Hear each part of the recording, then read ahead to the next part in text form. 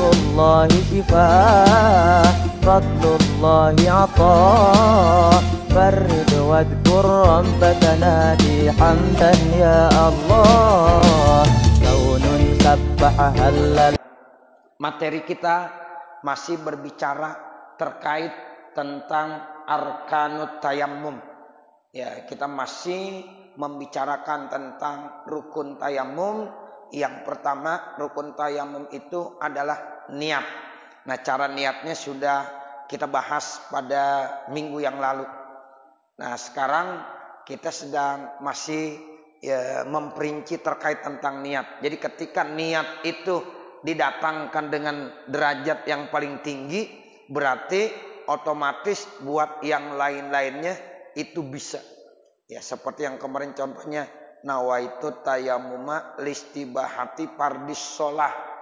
Jadi kalau kita niatnya tayamum supaya dibolehkan untuk melaksanakan sholat fardu, nah itu berarti untuk yang lain-lain boleh tuh Bapak Saudara. Ya, pokoknya kadar di bawahnya atau martabatnya pasti di bawah, itu boleh digunakan. Makanya dianjurkannya kita kalau niat tayamum itu niat yang paling tinggi supaya dibolehkan sholat fardu. Nah, kalau supaya dibolehkan untuk sholat fardu berarti untuk yang lain-lainnya itu bisa semuanya. Itu yang paling gampang begitu. Kalau kita hanya niat tayamum supaya dibolehkan sholat sunnah, berarti yang fardu nggak bisa. Ya, jadi yang fardu nggak bisa. Kecuali di sini dijelaskan, kecuali sholat jenazah. Kalau sholat jenazah fardu apa sunnah? Fardu. Fardu apa? Fardu kifayah. Nah, karena fardu kifayah, posisi derajatnya sama dengan sunnah. Sehingga kalau kita sholat ya jenazah, niatnya saya tayamum supaya dibolehkan untuk melaksanakan sunnah, itu boleh tuh. Ya, ini makanya dibilang illa, kecuali sholat jenazah itu termasuk dikecualikan ya dari perkataan lal fardu, nggak boleh ya digunakan untuk sholat fardu. Jadi kalau ada orang tayamumnya supaya dibolehkan untuk melaksanakan sholat sunnah, maka yang sholat fardu itu tidak dibolehkan ya, karena niatnya derajatnya rendah ya, untuk yang lebih tinggi itu nggak dibolehkan, kecuali sholat jenazah. Sebab sholat jenazah walaupun hukumnya fardu tapi fardu kifayah, yang sepakat ulama itu ya katanya masih sejajar dengan sholat sunnah. Fa innaha tubahu. Jadi sholat jenazah itu dibolehkan lahu kalau ada orang tayamum niatnya niat sunnah ini pada dua bentuk tadi. Li annaha tusbihun nafla, karena ya sholat jenazah itu menyerupakan sunnah. Jadi bukan sunnah bukan, tapi apa? Menyerupakan sholat sunnah. Makanya ada yang punya pendapat lagi bahwa kalau orang kagak punya wudhu pun masih boleh sholat jenazah. Itu qaulnya dhaif. Karena jenazah itu katanya sholatnya hanya doa saja. Tapi kita mazhab Imam Syafi'i kaul yang mutamad tetap ya wajib punya wudhu. Kalau kita nggak punya wudhu kagak sah untuk melaksanakan sholat jenazah. Jadi sholat jenazah itu menyerupakan sholat sunnah di dalam dibolehkan meninggalkannya. Jadi artinya kalau kita meninggalkan sholat jenazah boleh, enggak dosa. Yang penting ada satu aja yang mengerjakan. Kalau ada satu aja yang mengerjakan, yang lainnya enggak apa-apa gugur. Itu kan kayak sunnah berarti. Begitu. Coba kalau fardu ain itu enggak boleh diwakilkan. Ente udah sholat subuh udah. Ya udah deh ya, saya wakilin aja dah. Nggak bisa. Sholat subuh diwakilin, boleh nggak? Nggak boleh. Ya kali istri kita udah sholat subuh, udah kita tidur aja, udah diwakilin sama bini, boleh nggak begitu? Nggak boleh. Ya harus ya masing-masing. Itu yang disebut fardu ain. Ya per individu, per orang. Kalau kita di rumah ada 5 orang nih, udah kewajiban sholat subuh, ya 5-5-nya wajib sholat subuh. Nggak boleh yang satu mewakilkan kepada yang lain. Ya, jadi sholat tidak bisa diwakilkan karena fardu ain. Beda dengan sholat jenazah. Kalau udah satu aja yang mengerjakan, maka yang lainnya gugur. Tapi kagak dapat pahala. Gitu. Kalau dinyolatin dapat pahalanya gede. Berapa besarnya? Gedenya. Diumpamakan sama Rasulullah seperti gunung Uhud. Jabal Uhud itu besar Bapak Saudara. Jadi orang kalau mau melaksanakan sholat jenazah, itu dia nanti akan bawa pulang pahala sebesar gunung Uhud. Nah, besar sekali. Makanya kalau kita ada waktu, ada kesempatan, jangan lupa ketika ya ada saudara kita, tetangga kita, jamaah kita yang meninggal dunia, itu kita ya ikut sholat jenazah. Walaupun hukumnya fardu kifayah, bisa diwakilkan oleh orang lain. Wa ibaratu mim nun dan shin au nawa naflan. Atau kalau ada orang tayamum niatnya sunnah. Awis sholat atau niat sholat falahu ghairu fardin, maka itu bukan untuk yang fardu. Ya ayyana, maka tertentu minan nawafili, daripada yang sunnah-sunnah. Nah jadi begitu. Wa furudil kifayati, masuk juga yang fardu-fardu kifayah. Jadi kalau ada orang tayamum niatnya untuk yang sunnah, maka tertentu yang sunnah saja yang boleh dikerjakan. Namun masuk juga yang fardu kifayah seperti sholat jenazah. Wa ghairihi dan lain-lainnya kamasil mushafi, seperti menyentuh mushaf. Kalau untuk menyentuh mushaf boleh, karena ini kan derajatnya udah sama dengan yang sunnah. Ya seperti itu. Yang tidak boleh mengerjakan yang hukumnya fardu. Intaha mimda. Qalluhu niyatarub'il hadas. Ya mengangkat, ya niat mengangkat hadas, aili anna tayammum la yarfa'uhu. Jadi kalau kita tayamum niatnya bukan mengangkat hadas, karena tayamum itu tidak bisa mengangkat hadas. Ya, jadi niatnya bukan mengangkat hadas. Jadi wa kharaja bi niyatil istibahati niyaturub'il hadas. Jadi kita niat supaya dibolehkan sholat. Gitu. Dengan tayamum kita akhirnya dibolehkan sholat. Tadinya kita nggak punya wudhu. Kan orang kalau kagak punya wudhu kagak boleh sholat. Karena dia mau wudhu nggak ada air. Atau memang ada air tapi dia kagak boleh. Ya make karena sakit. Maka boleh diganti dengan tayamum. Tapi tayamum ini tidak bisa mengangkat hadas. Tetapi hanya membolehkan sholat. Tuh, makanya nggak boleh orang kalau tayamum ya, nawaitu rob al hadasil asghar, nggak boleh begitu. Tapi ya niat supaya dibolehkan sholat. Ya, jadi begitu, sehingga nggak boleh dia niatnya rob al hadasil asghar, tapi niatnya supaya dibolehkan untuk melaksanakan apa? Melaksanakan sholat. Karena alasannya tayamum tidak bisa mengangkat hadas. Wa mahalluhu, bermula tempatnya idza qasada raf'a, apabila dia sudah punya maksud mengangkat al mutlaq secara umum. Amma idza qasada bil hadasi, adapun apabila dia punya maksud tujuannya mengangkat hadas, alman minas sholati, itu dilarang daripada sholat. Wa bi raf'ihi, dan dengan mengangkatnya raf'an khassan, sebagai satu yang mengangkat secara khusus, bin nisbati, jika dinisbahkan li fardin, untuk sholat fardu, wa nawafila, dan untuk sholat-sholat sunnah, jaza, maka dibolehkan. Kama huwa zahirun, sebagaimana itu zahir jelas. Li'annahu nawal waqi'ah, karena diniat ya terhadap sesuatu yang bisa menjatuhkannya. Intaha mim dal. Qalluhu, bermula perkataannya lagi, wa fardut tayammumi awit tayammumi al mafrudi fa innaha la takbi. Juga enggak boleh begitu. Niat fardut tayammum. Ya niatnya apa? Fardut tayammum. Atau niatnya tayammum yang fardu, fa innaha la takbi, maka sesungguhnya itu tidak dibolehkan, tidak cukup. Jadi pokoknya begitu aja deh kalau mau niat saya tayamum supaya dibolehkan untuk melaksanakan sholat. Atau saya yang mengerjakan ini supaya dibolehkan sholat. Jadi kalau niatnya nawaitu tayammuma juga nggak boleh. saya niat tayamum, itulah yakfi, gak cukup.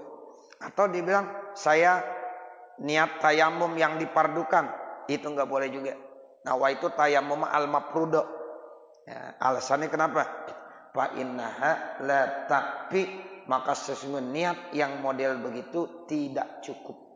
Kalau seandainya ada orang bilang at-tayammumul mafrud, tayamum yang dipardukan di sholat untuk sholat, fa innahu yasihu. Karena ada kata-katanya di sholat.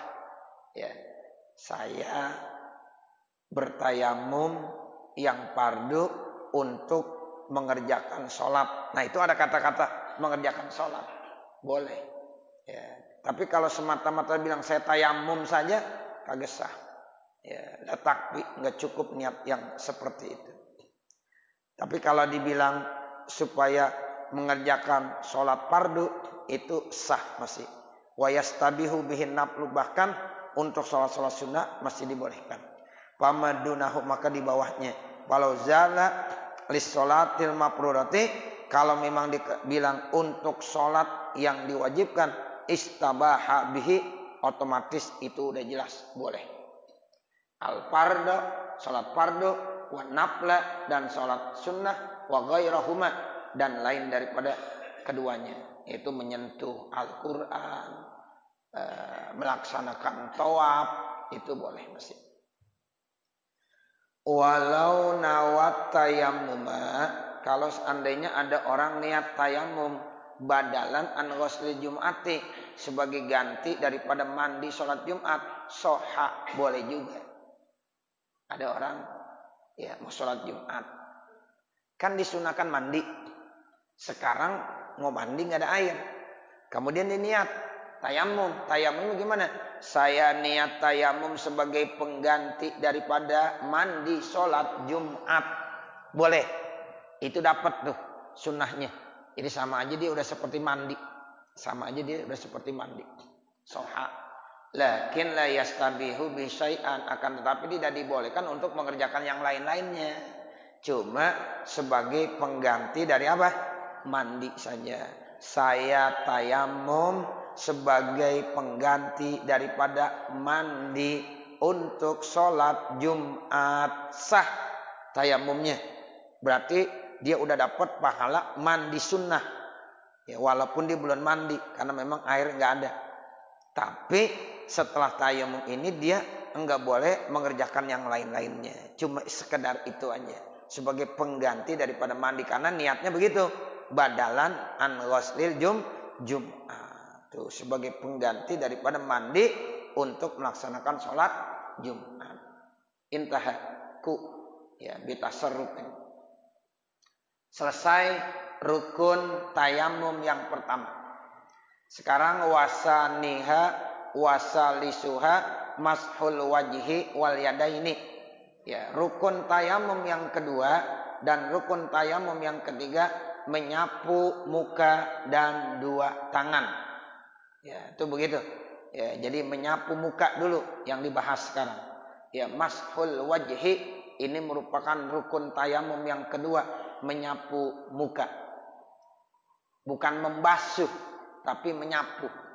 Ya, jadi kalau menyapu itu tanah enggak mesti banyak. Ya, asal aja.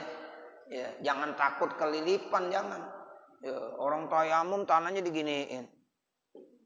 Salah. Habis itu ya habis mukanya. Ya sama tanah semuanya. Ya, itu kagak paham dah tuh. Yang namanya tayamum cuma mashul wajhi.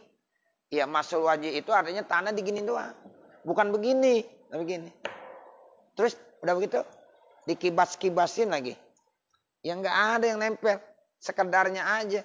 Sehingga yang nempel ke muka sedikit. Itu pun nanti pada rontok. Tuh jangan begini, jangan. Ya, Masya Allah, ini orang tayamum cakep banget kali kata. Ya. Padahal itu yang salah, ya, salah. Jadi begini. Ya, bukan begini, tapi begini. Ya. Ini namanya mashul wajhi, menyapu muka. Ya, jadi sekedar menyapu aja. Asal ada aja tuh, cuma sekedar syarat ada debu yang nempel di tangannya. hatta zahiri mustarsilil lihiyatihi, sehingga yang kelihatan yang terulur dari jenggotnya. Wala yustaratu, dan tidak disyaratkan tayakunu usulit turabi, yaitu diyakinkan sampainya tanah ila jami ajzail udwi, sampai ke seluruh anggota-anggota ya daripada muka. Bal yakfi, akan tetapi cukup ghalbatuz zanni, yaitu menanamkan yaitu zon, prasangka yang kuat, kama taqaddama fil ma'i, sebagaimana terdahulu di dalam masalah air. Wala yajibu isalut turabi, dan tidak wajib menyampaikan tanah debu ila manabitis sya'ri, sampai ke tempat tumbuh-tumbuhnya rambut, walau kana khofiyan, walaupun itu cuma tipis, li usri zalika, karena susah untuk melakukan hal itu, bahkan wala yusannu, tidak disunnahkan. Ya, jadi enggak seperti berwudu semuanya sampai ya bagian-bagian yang pecah-pecah mesti dikenakan semuanya. Kalau tayamum enggak, sekedarnya aja. Ya sekedarnya aja, tidak seperti kita menyampaikan air ke seluruh kulit yang ada di bagian muka. Nah, itu seperti itu. Kemudian qauluhu wal yadaini, setelah menyapu muka dan juga menyapu dua tangannya. Ini rukun tayamum yang ketiga, wal yadain. Wa yajibu, dan wajib isalut turabi, menyampaikan debu ila matahtal azfari, sampai ke bawah kukunya. Fa yajibu, maka wajib izalatu matahtaz zufuri, menghilangkan sesuatu yang ada di bawah kuku, mimma yamna'ul usula ilahi, yang kira-kira bisa menghalangi sampainya debu kepada apa yang ada di bawah kuku. Tetap kuku harus dibersihin, sama seperti kita wudu. Kalau panjang mesti digunting. Memang di dalam ajaran Rasulullah melihara kuku enggak ada sunnahnya, gitu. Jadi enggak ada sunnah memelihara kuku. Kalau ada orang melihara kuku boleh, ya boleh sih. Cuma enggak dapat sunnah. Begitu. Boleh mah boleh aja. Cuma itu bukan sunnah. Ya. Yang wajib dibersihkan. Jadi kuku kalau panjang wajib dibersihkan. Kaitannya nanti kalau dia mau wudu atau dia mau tayamum. Kalau kukunya kotor mau wudu atau mau tayamum, terhalang air atau debu ke situ, maka tidak sah wudu maupun tayamumnya. Nah begitu. Makanya ya yang bagus sunnah Nabi gunting kuku. Berarti kalau gunting kuku, ya dia kagak piara kukunya. Udah panjang digunting, udah panjang dipotong, itu kuku. Bahkan kalau bisa seminggu sekali kita disunahkan gunting kuku. Kapan? Setiap hari Kamis ba'da asar. Setiap hari Kamis ba'da asar. Itu sunnahnya gunting kuku. Ya, itu yang kalau mau dapat sunnah. Ya, habis sholat asar hari Kamis kita gunting dah kuku. Walaupun nanti bisa diperpanjang waktunya sampai Jumat. Kita kelupaan. Baru mau sholat Jumat baru lihat. Ya Allah, kuku saya agak panjang nih. Di baru gunting. Masih dapat sunnahnya. Gunting kuku. Ya itu sampai hari Jumat sebelum dia sholat Jumat. Begitu ya Bapak Saudara. Jadi kembali. Ya melihara kuku itu bukan sunnah. Ya. Tapi yang sunnah gunting motong kuku. Ya, tapi kalau seandainya ada orang miara kuku, boleh-boleh saja. Tapi yang paling penting harus bersih. Karena setiap hari kita berwudu. Nah, kalau kukunya kotor, ada tai kukunya, sehingga gara-gara miara kuku panjang ada kotorannya, air kagak masuk ke situ tuh pada saat wudu. Ada kulit-kulit yang tidak terkena disebabkan ada kotoran kuku, maka wudunya tidak sah. Begitu juga pada saat lagi tayamum.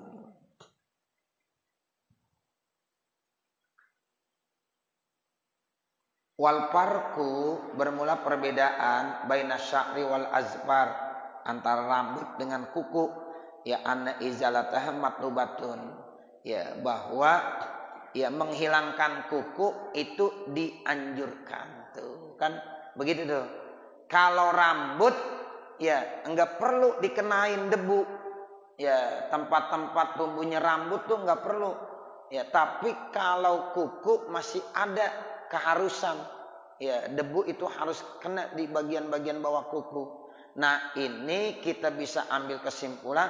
Kalau menggunting kuku memang dianjurkan. Bikhilafi sya'ri, berbeda gunting rambut. Kalau rambut enggak dianjurkan untuk digunting. Ya, makanya kalau bapak punya rambut panjang kagak ada masalah. Ya, enggak ada masalah rambut panjang. Nabi kan rambutnya panjang Nabi. Ya, Nabi rambutnya panjang.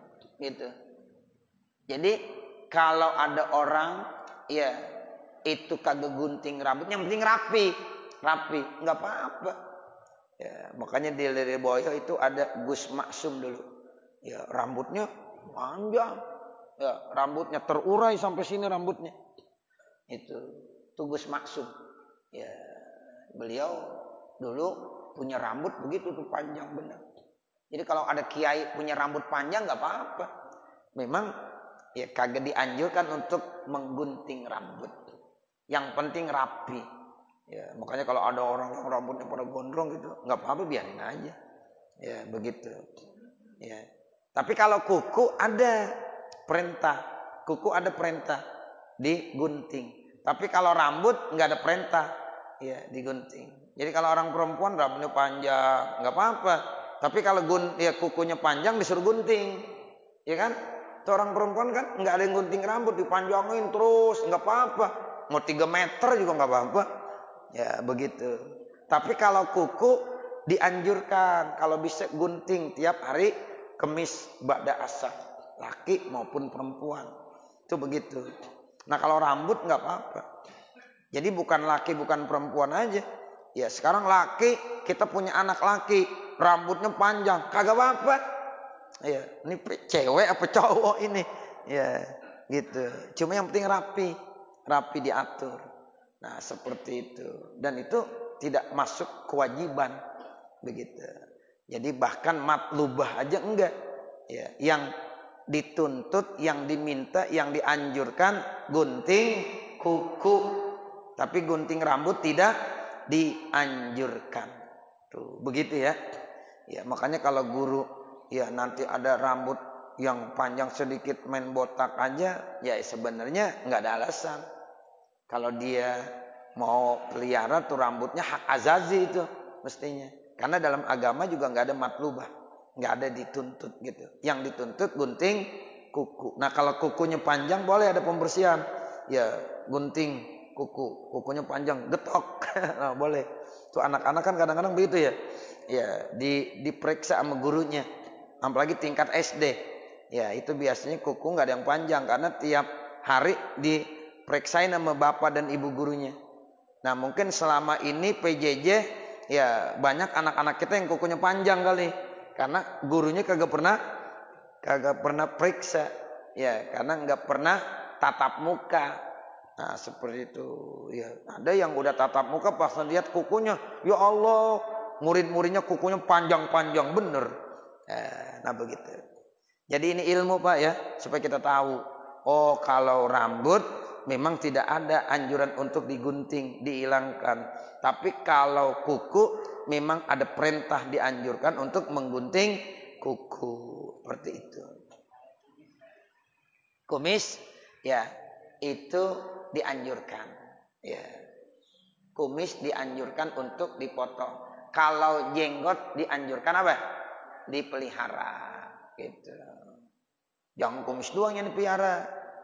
Ya, begitu. Jadi boleh. Yang penting rapi dah, yang penting rapi. Jadi nggak ada anjuran bahwa kita itu harus ya begitu. Jadi kalau seandainya mau pelihara juga nggak ada masalah. Yang penting rapinya begitu. Nah kalau jenggot emang ada sunnah Nabi. Ada satu riwayat begini Bapak Saudara. Ya, ada seorang sahabat yang punya jenggot cuma selembar. Dipelihara. Selembar dipelihara. Nabi senyum aja. Nabi senyum, melihatin senyum. Nih sahabat merasa nggak enak kali, ya pulang dicukur aja, ya karena ya Allah saya ya diketawain sama Nabi punya jenggot cuma selembar dipiara, ya. Kemudian besoknya ketemu lagi sama Nabi, Nabi tanya, ente kenapa ente cukur tuh jenggot ente yang selembar, ya kenapa dicukur? Kata nih sahabat, habisnya engkau senyumin aja saya. Ya, Nabi bilang, saya senyum karena itu satu lembar. Di situ ada ya bidadari yang lagi gelayutan. Ya, jadi bidadari gelayutan di sini nih. Nabi lihat, Nabi senyum. Nah, itu satu apa? Satu lembar jenggot digelayutin sama satu bidadari. Bagaimana kalau yang jenggotnya banyak? Nah, begitu. Ya, ya kalau nggak punya nggak apa-apa. Kan ada orang yang memelihara jenggot susah banget. Ya nggak apa-apa, nggak ada masalah. Itu kan sekedar sunnah. Masih ada lagi yang lain. Jangan gara-gara jenggot pada ribut. Ya, ini kelompok berjenggot, ini kelompok kagak berjenggot. Jangan begitu. Sama aja yang berjenggot nggak masalah. Yang kagak berjenggot nggak masalah. Itu sekedar sunnah Nabi. Ya, yang bisa pelihara tuh jenggot. Kalau enggak ada masalah. Nah seperti itu ya. Jangan sampai wah jamaah berjenggot ayo silakan. Yang kagak berjenggot nggak boleh. Ya itu. Jadi sama aja. Sama. Cuma itu miara jenggot memang sunnah. Ya kalau dia mau piara silahkan aja. Kalau memang dia nggak mau ya nggak apa-apa, cari sunnah yang lain. Seperti itu. Nah jadi kita kembali ke masalah. Ya jadi untuk kuku dianjurkan untuk dihilangkan, dipotong. Tapi kalau sya'run itu ya maunya kita lah. Ya kita mau potong boleh, kita diemin aja nggak apa-apa. Tapi kalau kuku dianjurkan untuk dipotong. Jadi jangan memelihara kuku. Ada orang kukunya udah panjang banget dah. Ya. Nah ini nggak ada tuntutan, ya nggak ada anjuran untuk ya melihara kuku. Bahkan dianjurkan dipotong. Nah kalau ya rambut itu tidak ada matlubah untuk memotong atau menghilangkannya.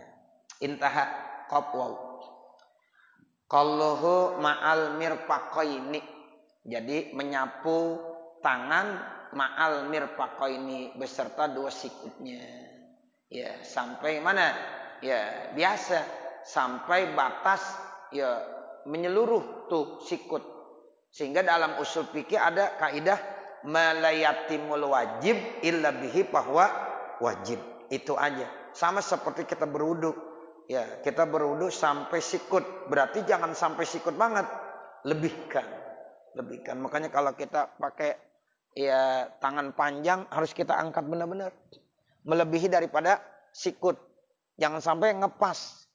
Sebab nanti batasan yang memang itu nggak kena bisa jadi ngesah. Ya, jadi lebihkan.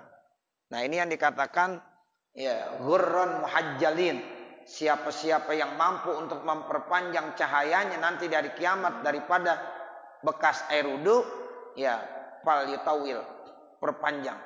Tuh, jadi ngepas itu nggak bagus. Bahkan kalau memang ada yang tidak terbasuh, maka nanti hukumnya tidak sah. Ya, itu. Ada kaidah yang tadi saya katakan malayatimul wajib illa bihi bahwa wajib. Nah, seperti itu. Jadi di sini ma'al mirfaqo ini ai kabadalihi seperti penggantinya. Wa huwal wudu'uh sama seperti wudu. Kalau ada orang kagak punya sikut bagaimana? Ya, dia kira-kirakan aja panjang telapak tangan ke sikut berapa senti. Nah, itu yang disapu atau yang dibasuh pada saat berwudu, kalau disapu pada saat bertayamum. Ya, jadi andainya itu jarak telapak tangan ke ya sikut itu kira-kira berapa senti. Nah, itu aja. Seandainya dia kagak punya sikut. Tapi rata-rata kan manusia punya sikut ya. Ya, ada sikutnya. Tapi kalau seandainya kagak ada sikutnya bagaimana? Ya, itu dikira-kirakan saja. Itu agama begitu. Ya, aturan mainnya seperti itu. Qalluhu bidarbataini yaitu dengan 2 kali ya pukulan. Ainak lata ini artinya 2 kali ya dia memindahkan ya debunya. Wahidatun lil wajhi, 1 untuk muka, wa wahidatun lil yadaini, 1 lagi untuk 2 tangan. Kama saya zkuruhu, sebagaimana nanti akan dijelaskannya. Falawih taja ila ziyadatin, kalau seandainya dibutuh tambahan ala darbataini atas 2 kali ya pukulan, wajib maka wajib kama fi mimdah. Seandainya 2 kali pukulan itu enggak mencukupi, ya mesti lagi ditambahin, ya wajib nambahin. Tapi kalau udah 2 kali itu udah cukup, ya enggak ada masalah. 1 kali diambil untuk muka, 1 kali lagi untuk tangan kanan dan tangan kiri. Udah cukup 2 kali. Tapi seandainya kurang, ya maka diwajib nambahin lagi 1 kali lagi. Ya, kalau lebih boleh, kurang dari darbatain tidak dibolehkan. Allah Ta'ala, bermula firman Allah Subhanahu wa Ta'ala, famsahu biwujuhikum wa aydikum. Nah, itu firman Allah ya terkait tentang rukun tayamum, ada ya muka dan tangan. Ini ayatnya, famsahu, maka sapuhlah, biwujuhikum, ya bagian muka kamu, wa aydikum, dan juga 2 tangan kamu. Nah, inilah dalil ya bahwa pada saat kita tayamum maka yang kita usap 2 anggota tayamum. Pertama muka, yang kedua 2 tangan. Yang lainnya enggak, udah cukup itu aja. Aifa innallaha, maka sesungguhnya Allah Subhanahu wa Ta'ala aujaba, mewajibkan taharatal a'dai al arba'ah, yaitu membersihkan anggota-anggota yang 4, fil wudu'i, pada wudu, fi awalil ayati, ya pada awal yang pertama. Ya, kalau wudu 4. Ya, pertama apa? Muka. Kedua tangan. Ketiga sebagian ya rambut atau ya, kepalanya.